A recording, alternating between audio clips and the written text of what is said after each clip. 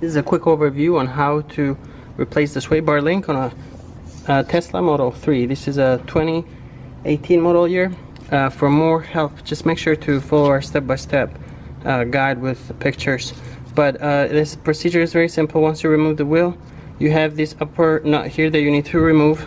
Most likely this will start to spin, so you'll need to hold it Torx bit, and then as you hold the center, you get the nut loose, and then you have the lower one. You have nut on that side.